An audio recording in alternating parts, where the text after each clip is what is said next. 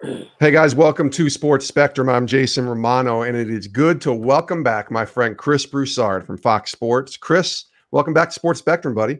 It's great to be back. I'm always excited to be on Sports Spectrum, man. Yes, sir. It's whether it's I've done interviews obviously with you before and with Bryce on the East Coast, and that's always fun. So yeah, I'm glad to be back. Excited.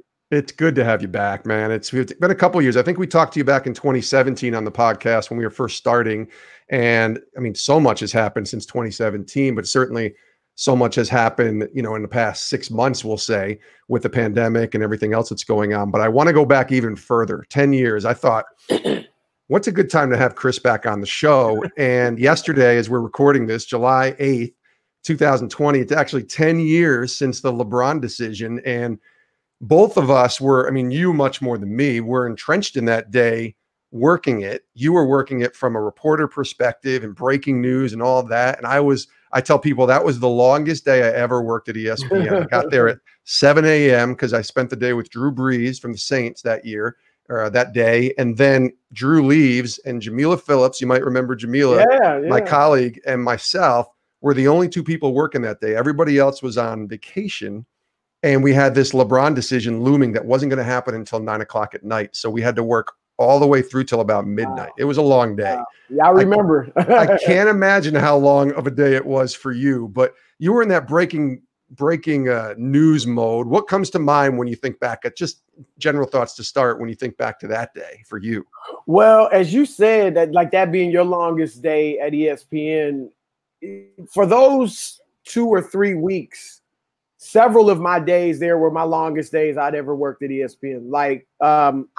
There were probably 4 or 5 days where I would get in up to the studio at around 6 a.m., 6:15 a.m. to go on Mike and Mike in the morning. Yeah. And then I would do Sports Center hits the day. And, I was breaking a lot of news around that time.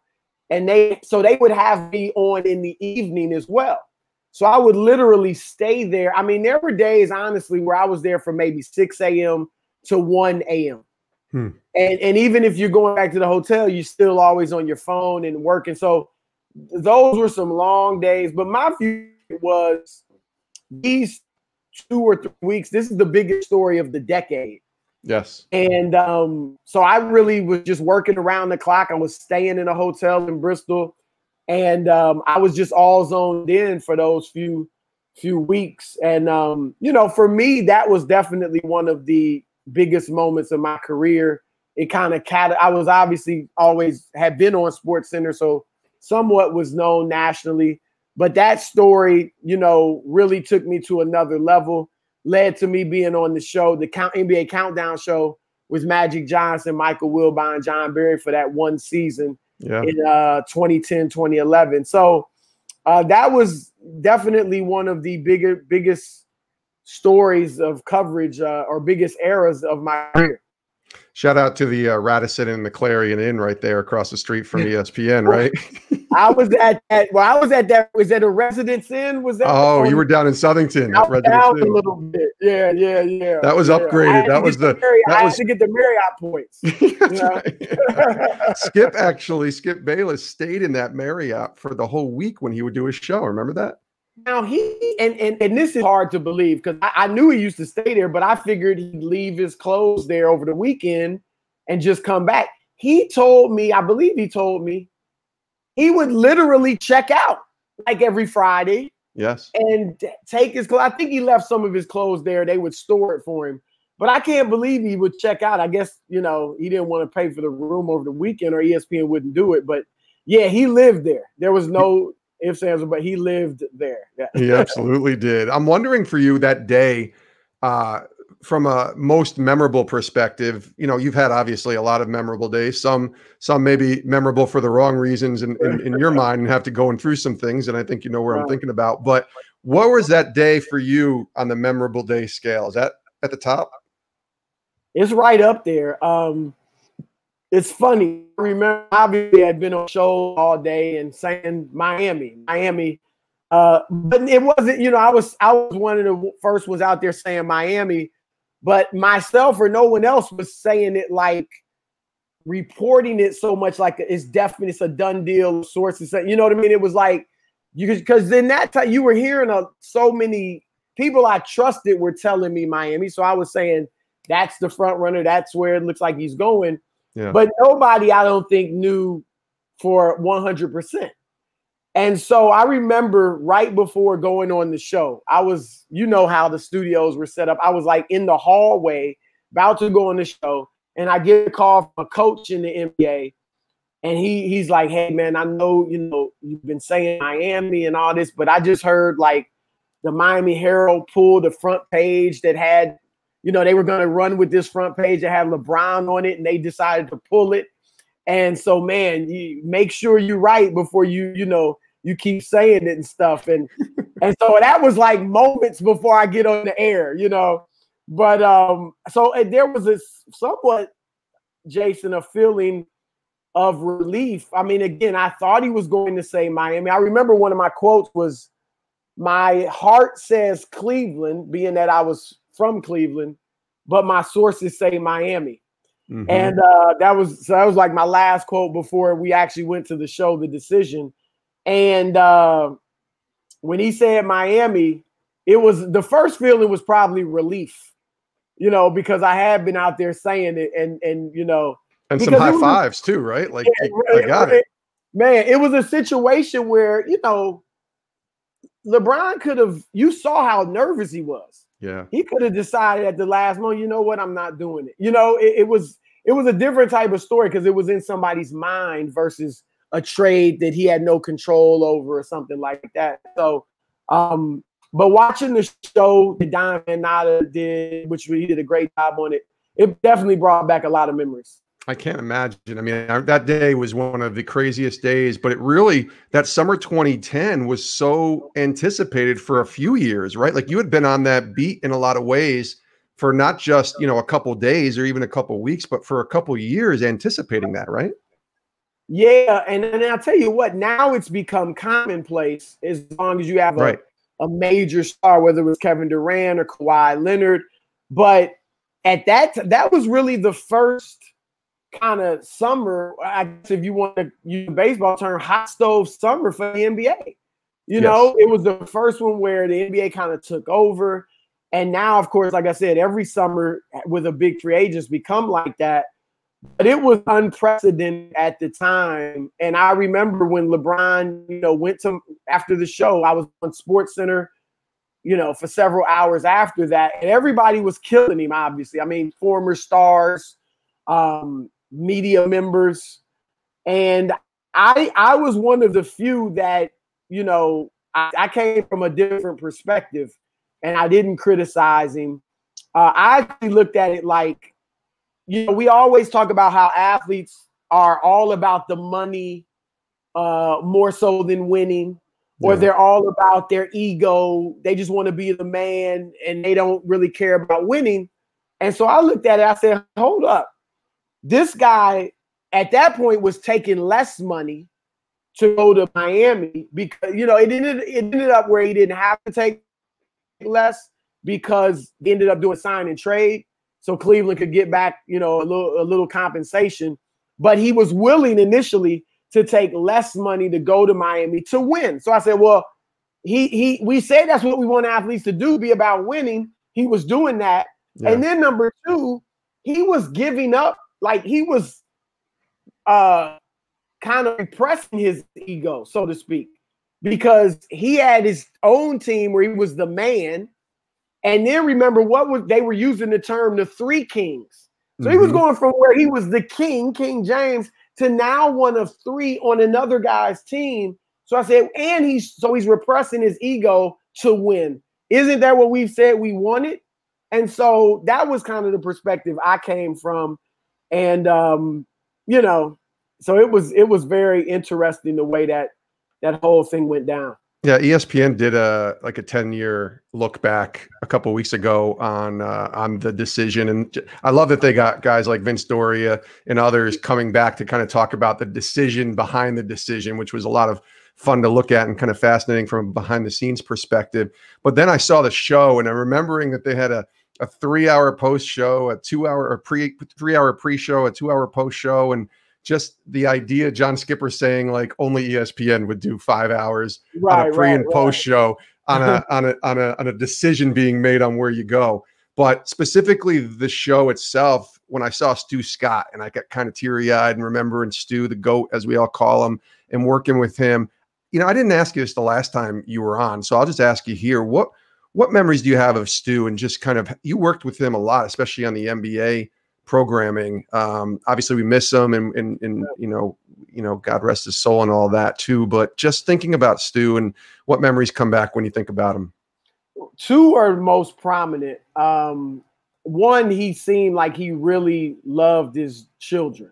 And yes. I mean, I guess most parents do, or all parents do, I guess. But he really, as you know this, Jason, whenever I would see Stu and talk with him, he was always talking about his daughters. Always. And showing me pictures of his daughters dancing and, you know, the things that they were involved in. And then asking about my daughters, you know, as well. So him being a family man, and I saw him, one of my daughters, when they were about to go to college, was considering Yale. And so we were up there visiting, and we bumped into Stuart and his daughters up there. And so those memories of, you know, how proud he was as a father. I remember times when he would I'd be up in Bristol with my daughters, and he was showing my daughters who he just met pictures of his girls dancing, and he was just very proud of them. Yes. So that would be number one. And then secondly was, once he did get the cancer, his zest for life, you know, he didn't let it defeat him. And I mean, we all saw the speech he did at the ESPY, so we remember that. Yeah. But just seeing him at the NBA finals, and I know he got involved in like MMA training, and, you know, I mean, he was really just refused to let the cancer get the best of him. However much time he had left, he was going to make the most of it. And I always admired that, because a lot of people, it would just kind of bide their time, and, you know, until they got the best of them. But he never let that happen. So those are really the two things that stick out most. And I'll say this too. He's a legend. As you said, the GOAT. I've said this before.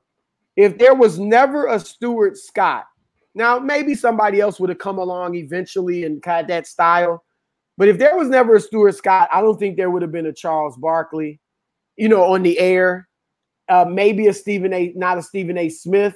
Yep. You know, because before Stuart Scott, a lot of African-American anchors, you know, you would kind of have to fit into this mold and not really use a lot of Black culture or ebonics. You know, you kind of had to be a more straight-laced. And some guys are just like that naturally. Of course, we're not a monolith. Right. But Stuart was the first to use hip-hop culture and references and, you know, just kind of be himself. And that Charles Barkley is not traditional by any stretch of the word. Not at all. To be himself, right? And Stephen A. Smith is able to be himself. And before Stuart, that wasn't always the case. Brian Gumbel's a legend himself, but that was kind of the model. Was I have to try to be like Brian Gumbel or something like that. Yeah. And so Stuart really opened it, and even for people like me, like he opened the door for various different personalities and demeanors among African Americans that we all could have on the air. So that I think is his ultimate legacy. Yeah, he was amazing, and we miss him all still to this day. Chris Broussard is our guest here on Sports Spectrum. I want to pivot a little bit to 2020 and the craziness that this year has brought us. I'm wondering for you, just some general thoughts to start on reflecting back and thinking back to, I guess it would have been March 10th, I think was the night that the NBA suspended play.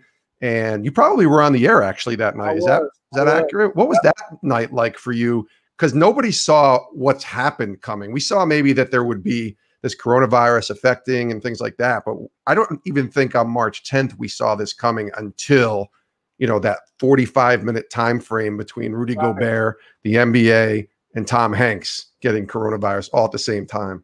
Yeah, we had no idea. I mean, I remember a few weeks earlier it was around Valentine's Day, I think. So I was with my wife, we were in a hotel, and, you know, they were talking about coronavirus on the news in China. And I'm like barely even listening. You know what I mean? I'm thinking, okay, you know, I'm thinking it's like SARS or something where it really wouldn't become a big deal for us. And then, of course, it started growing momentum more and more. But that day I was on my radio show at Fox Sports in Sherman Oaks in the Valley in California, in LA, and Rob Parker, myself, and we saw, you know, initially, because we always have TV screens, so we had the game on, and first they postponed it, or they, you know, it was delayed, and then you see, you know, it's just strange, and then they actually canceled the game. And so we kind of talking about it on the air, and then, like you said, Tom Hanks comes down with it. Yeah. And so the seriousness of it began to rise. And then a few days later, March 14th, is when I flew back to the East Coast. I was planning to fly back anyway, and I haven't been back to LA since. Wow. Have not been in the studio up at Fox Sports, haven't radio or television, have been doing everything from home. And to be honest, I don't know. I'm not sure I'm going back there even during the season once they start up again, because right now we still just have a very small number of people in the studios, and the guests and analysts are tending to do things from their home. So it has changed everything, man. And the only question really is, how long is this new normal going to last? Yeah, I think you and I are around the same age. You're a little bit older than me, but I was thinking initially, what happens if this had happened 25 years ago? Like, you wouldn't have, I mean, in the sense of the kids going to school and being able to work, you know, distance learning, like my daughter was able to do, and probably yours as well. But being able to even do this, like this obviously didn't take place 25 years ago. You couldn't do your radio show from home. I don't think. Maybe you could at that point, or it's all over telephone, but it wasn't what it was today. And certainly doing TV from home at that point was much different. And just think about what that would have looked like 25 years ago if this happened then. It almost happened at the right time, not that you want it to happen, because of the technology that exists to allow us to continue to do a lot of our jobs. Man, when you think of the phrase "count your blessings," that's one that you would count. You're absolutely right. Like, I mean, 25 years ago, all of, like you said, this stuff would have been impossible. Yeah. And not only the not being able to do your job, I mean, I may have been out of a job. I mean, quite frankly, I don't know how I would have kept my job. And then not only your job, but the interaction with other people. We would all be in our own little silos, you know? And so, yeah, you're right. If there are a few bright sides to this, you know, and that's one of them for sure, that it came along at the right time, because we are able to stay connected. Many of us are still able to work. And I actually think that going forward, a lot more people will be working from home, because I'm sure for companies it's a lot cheaper to, you know, have employees work at home and, you know, do things on their computer. So I think that's good for a lot of individual employees. Like, I'm loving it. I would love to continue this for the rest of my career, pretty much. But I'm not sure how great that is overall for society. Agreed. Because you won't have as much, you know, physical interaction among, you know, people. And so I'm not sure it's good overall, but for certain individuals, it is nice. It's probably been hard from a radio broadcasting perspective. I mean, maybe it hasn't. Maybe you haven't had any issues with topics, but no sports for 5 months is a long time. No big sport, no basketball, no baseball, no football. We've certainly no hockey. We've had golf and some, you know, NASCAR, but none of the big sports right now are back. And you got to carry a radio show every night. You know what's interesting? First of all, the blessing was The Last Dance. Yes. Gosh. Because that gave you, like, you could carry that through Wednesday. You know what I mean? So you have Monday, Tuesday, and Wednesday set.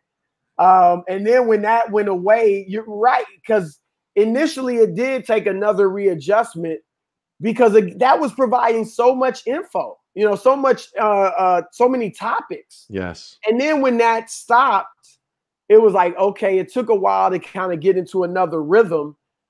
But you know, you've seen it, Jason. I mean, people are saying so many things, and people are posting things on social media, and you know, we've always, but for a few days here or there, we've been able to find plenty of topics. You know, it's good. You know, I mean, like you said, we don't have games to talk about, but the different athletes are saying things or doing things. And that's another benefit of the technology, is that they're saying things on social media, and then we're being able to react to the entire thing and do shows based on a lot of that. So yeah, we've been able to survive. And I think actually the radio ratings, certainly the podcasts, have gone up. Yeah, same here.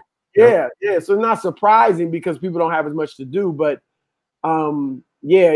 but it'll be good when the games do begin, and then you have some actual sports to talk about. Are you, to stay on sports for one more second, are you concerned about this 2020 NBA reboot, or do you think it's set up to succeed? Well, I think the NBA's done everything they could to make it succeed. If it doesn't, it's really not their fault. If you want to blame them for trying, then I guess you can go ahead. Sure. But I think the bubble is a great idea. Yeah, me too. I think the protocols they're going through and the different quarantine periods for the players is good. I like the fact that they brought back 22 teams rather than going right into the playoffs, because I mean, having 4 months off and then going into the most intense games and most high stakes games of the year, that's just more.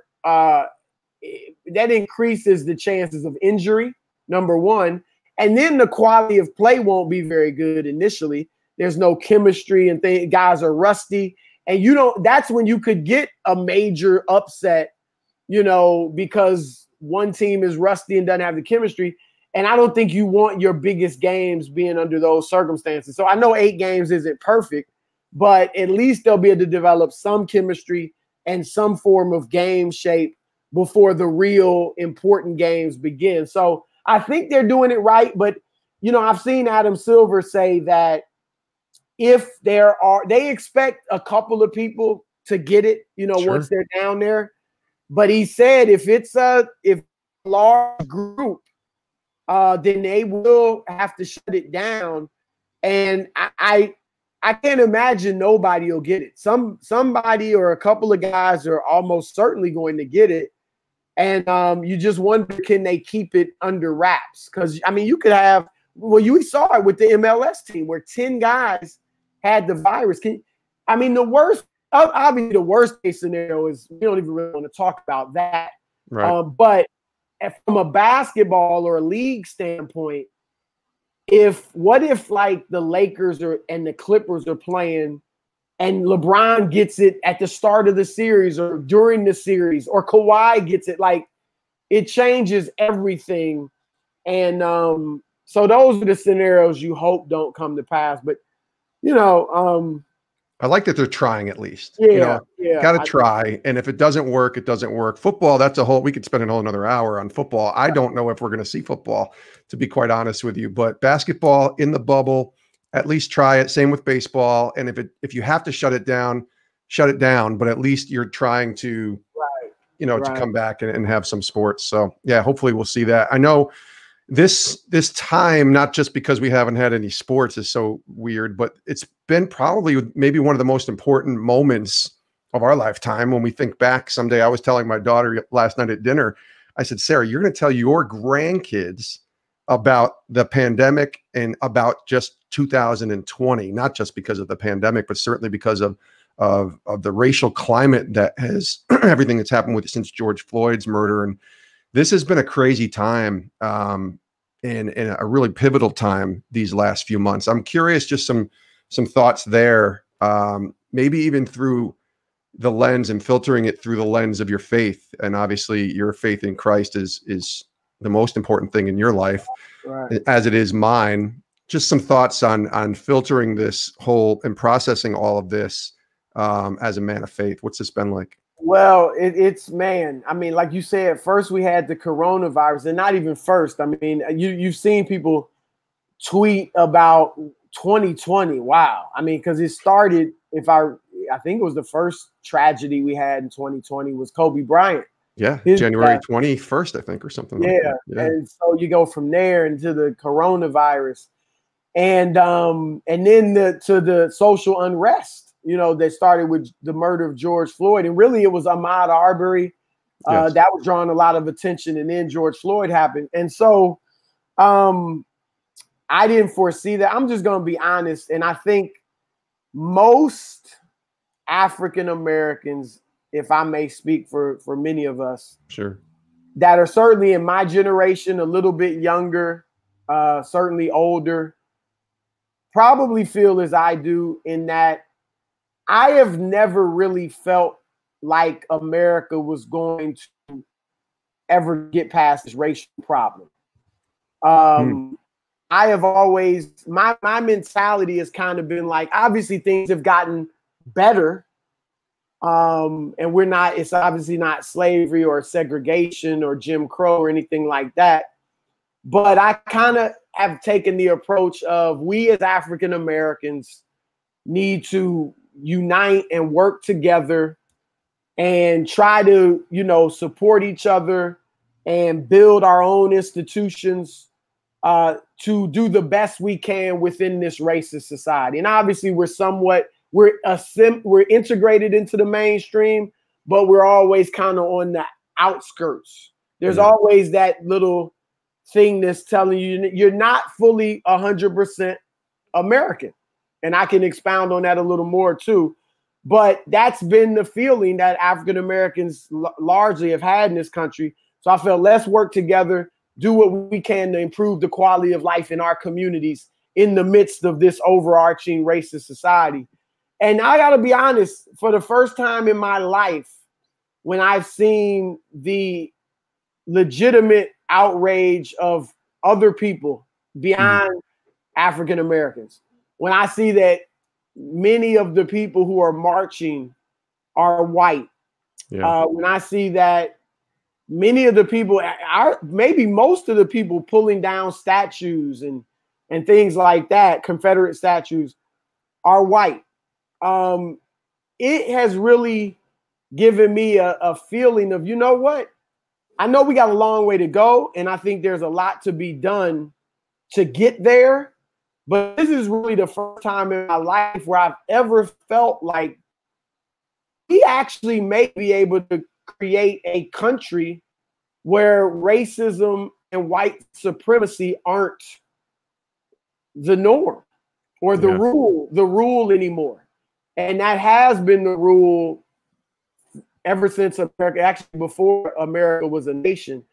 And so that's given me optimism in that sense. But I think there's tons of work to be done. So it's a different feeling, man. Like again, one thing I've always felt is that like Black athletes and entertainers, who are some of our most prominent people, some of our wealthiest people, need to really use their platforms and resources to help the masses of African American people. And while I still think that's the case, because obviously everybody should be philanthropic when you're at that type of level. Yes. But now I'm looking at it more like, you know what? It shouldn't primarily fall on African Americans to improve our quality of life. It should fall on the United States government. It should fall on the nation, because we pay taxes like everyone else. We built the country literally. We're just as American as everybody else. And so the same advantages, the same boosts that America has given to white Americans, they should give to Black Americans. And I'm talking about things like the GI Bill after World War II, where 8 million veterans were went to college, got job training, career training, even advanced degrees, mortgages for homes. But African American veterans never got that from 1944 to 1956, where the Federal Housing Administration loans in the middle of the 20th century gave government-backed loans And that's how they created the white suburbs. It was $120 billion worth of loans, and 98% of them went to whites. And not only were they not getting those loans in the black neighborhoods, but they were redlined. Yes. So the African Americans, you know, the value of our neighborhoods were automatically went down if you had one African American family in your neighborhood. And so those are what I'm talking about by boosts. And I think now I'm looking at not just us doing it ourselves because the government or nobody else is really going to help us. Now I'm saying, you know what? They should help us. It shouldn't just be us. We're as American as anybody else. So I'm looking for those types of boosts as a part of this if we really want to try to eradicate systemic racism. Help me out on this, because that's very well said. And I've just been really doing the last 6 weeks or so, just listening and having intentional conversations with my black brothers and sisters, and even my white brothers and sisters as well. Most of them Christians, and I'm seeing different opinions, different facts. I hear the word a lot, facts. This is the truth. This is where I want to show you the truth. Right. And I'm hearing that. And the truth is the truth. And we would say, you know, Jesus Christ said that he was the way, the truth, and the life. So I look at him as the truth. Right. But there's everything else is sort of my truth as opposed to the truth. And I'm trying to listen and just learn the truth on what's really happening. And it's been educational for me. It really has. But I go back to the foundation. I want to ask you, Chris, about filtering the thoughts, the opinions, even the posts on social media through the lens of your faith, through the lens of Christ, and the importance for you to first off say, you know what, I'm a Christian who then stands up for, you know, this or that, Black Lives Matter, any movement, whatever you want to say, but I'm a Christian first. I'm not somebody who does that, who happens to be a Christian. Can you talk a little bit about how this is really centered around for you, your thoughts and your faith being the driving force on any opinion that you might have? Yeah, I mean, the way my mentality as a Christian is I filter everything through the scripture. Mm-hmm. And not that I'm perfect at it, of course, but right, sure. I do try to filter everything through the scripture. And if it doesn't line up with the word, then, you know, it's not ultimate truth to me, you know? And so that's number one. And to be honest, I've never, for the most part, never really had an issue with balancing let me put it this way, with kind of fighting for or promoting Black justice or equality and justice for African Americans. Yeah. I've never had that tension between that and my faith, because I believe the Christian faith promotes that. You know, I mean, Jesus, of course, said he came that we might have life and have it more abundantly. He said, do unto others as you would have them do unto you. We see it throughout the scriptures where God, you know, wants to deliver the oppressed. And so I've never had that tension. Obviously, there are some that fight for Black liberation that go at it in a way that I don't agree with because of my faith. But for the most part, there hasn't been that tension there because it's kind of fit in, you know, to what I'm trying to, you know, to my Christian faith. Yeah. I'll say in today's time, where obviously the slogan that's on everybody's mind is Black Lives Matter. And the first thing I'll say because I'm sure many of our viewers are white. And I was asked this last night. Last night I was on a panel discussion about race, and the audience was primarily white Christians. And I was asked the question of, you know, a lot of white Christians want to say all lives matter instead of just Black Lives Matter. And what's wrong with saying all lives matter? And, you know, why can't we just say that? Yeah. And I just explained that the reason we're saying Black Lives Matter now is obviously not because all lives don't matter, but it's because in America for so long, most of this country's history, and as I said, even before it was an official country, and then too often today, we are treated like Black lives don't matter. Obviously, in slavery, you treat it like Black lives don't matter. Obviously, in Jim Crow and segregation, you're treated like Black lives don't matter. I mentioned some of the advantages that have been given to white Americans that weren't given to blacks. That's saying Black lives don't matter. George Floyd, his life didn't matter to that police officer or the others who were around him. And he's only one of the many that we've seen. Even if you go back to the 1980s, and you'll remember this, Jason, when the crack epidemic was huge in the inner cities. Yes. And they were locking up crack addicts left and right. There was no sympathy. It was like, these people are criminals and they need to be locked up. But now an opioid epidemic has hit a lot of white areas and in rural white communities and suburbs. And now there's a whole different approach. It's sympathetic, it's empathetic, it's rehab over incarceration. That's saying these white lives matter. We can't just lock them up. The Black lives didn't matter. And so that's why we're saying Black lives matter, because America has always said white lives matter. And I'll use this illustration from the world of sports. Since 2009, as you know, the NFL every October has celebrated Breast Cancer Awareness Month by wearing pink. So you'll see the pink wristbands, the pink gloves, absolutely, and all that stuff.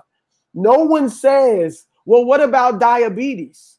What about prostate cancer? What about high blood pressure? Because they understand it's not saying those things aren't just as important. It's just saying we want to highlight breast cancer awareness because it needs to be highlighted.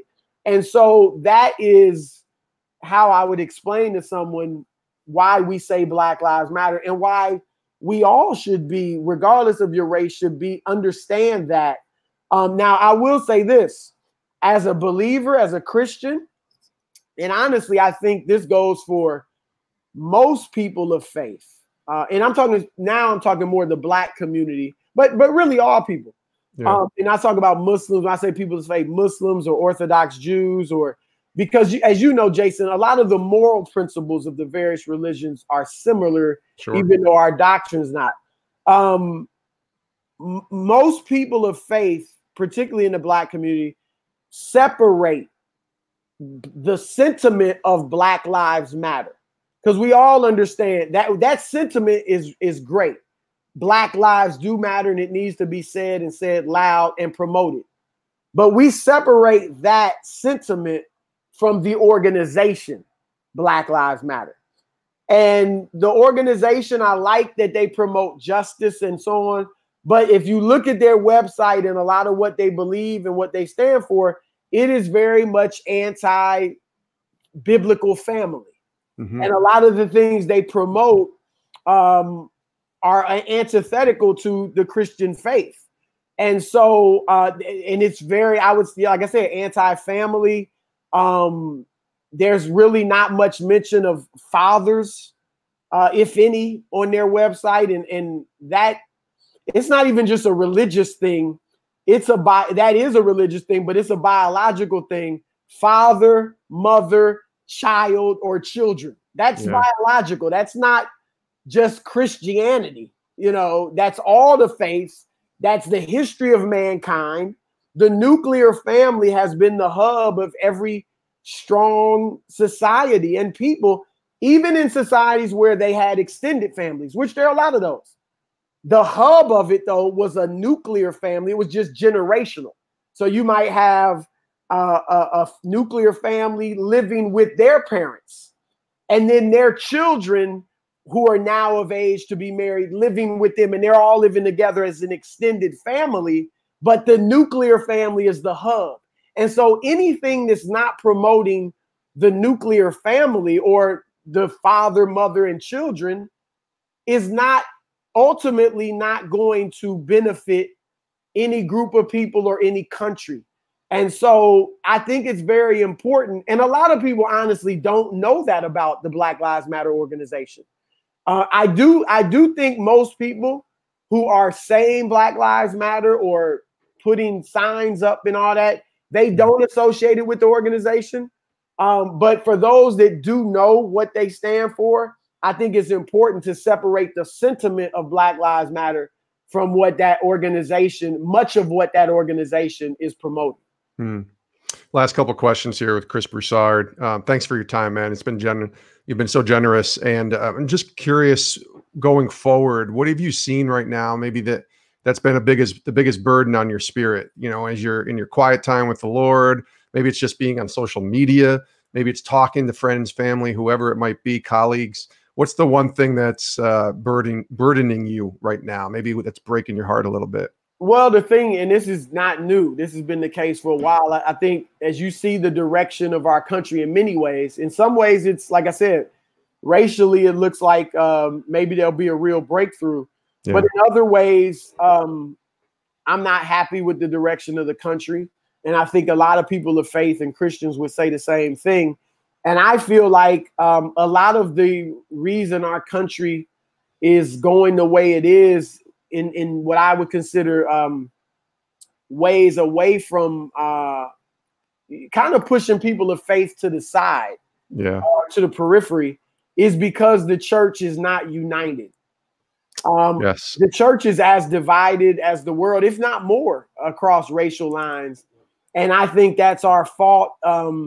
And if we don't unite on a true kingdom of God agenda, not a left-wing agenda, not a right-wing agenda, but a kingdom of God agenda. If we unite on that in this moment, then I think, can make a real impact in society, a positive impact. If we don't unite and remain divided, then I think ultimately we will be pushed to the periphery, if not underground completely. And so it grieves me because I believe there's a clear answer. And it is to put our faith above racism and the things that have divided us. And so that is grieving me, and that's been grieving me for a while. And then the other thing I would say on a lighter note, but still serious, sure, cancel culture. Oh no, yeah, it's disgusting. And I guarantee that everybody, and I know there's obviously certain things are more serious than other things, but this notion that a person can't make a mistake or a person can't change, and whatever they said either now or what they said 10, 20, 15 years ago, they deserve to be canceled for that. I guarantee you all of the people on Twitter promoting that have said or done something that they could be canceled for, in that case. And so I'm not saying we don't push change and promote change and things like that, but cancel culture is terrible because everyone can fall victim to it. And if we're really a pluralistic society, then we're going to have to find a way for everybody to coexist. And that includes people of different races, people of different, lifestyle choices, and people of faith. You have to make room for all of these people. And if you want, I just think that has to happen. And so we're going to disagree. We're not going to all see eye to eye on certain things. And then some people will change. Some people can learn from their mistakes.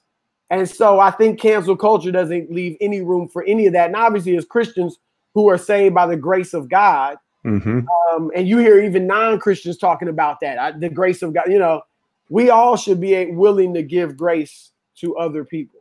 Yeah, I always say empathy is the great game changer. If we just had a little more empathy, I think there wouldn't exist. A cancel culture wouldn't exist out there. So last question, what are you most hopeful for? What's encouraging you the most in, maybe it's your faith, in your journey, in all that's going on? What are you most hopeful or encouraged by? I would say, like I said earlier, that maybe we can finally overcome the racism and white supremacy that really has dominated this country or this land for the last 400 years or 500 years. Yeah. So that is what I'm hopeful for. And I really hope that the church, that we can all get our act together and unite in a true spirit of brotherhood and do the things necessary to really promote that. And I think if we do that, we can really spark a revival that I think all Christians would love to see in this country. So that's what I'm hopeful for, but there's a lot of work to be done to get there. Yeah. Chris, thanks, brother. Appreciate this time, this conversation, your honesty, your friendship as well. And it'll be interesting in 10 years from now when we look back and start talking about what this was like we started this conversation with the decision, what we'll remember, right? But thanks, man. Just appreciate you. Thanks for being here. Nah, man, it's always a pleasure. I had a lot of fun, and hopefully we'll all learn as well from this conversation, and others will as well. Yeah.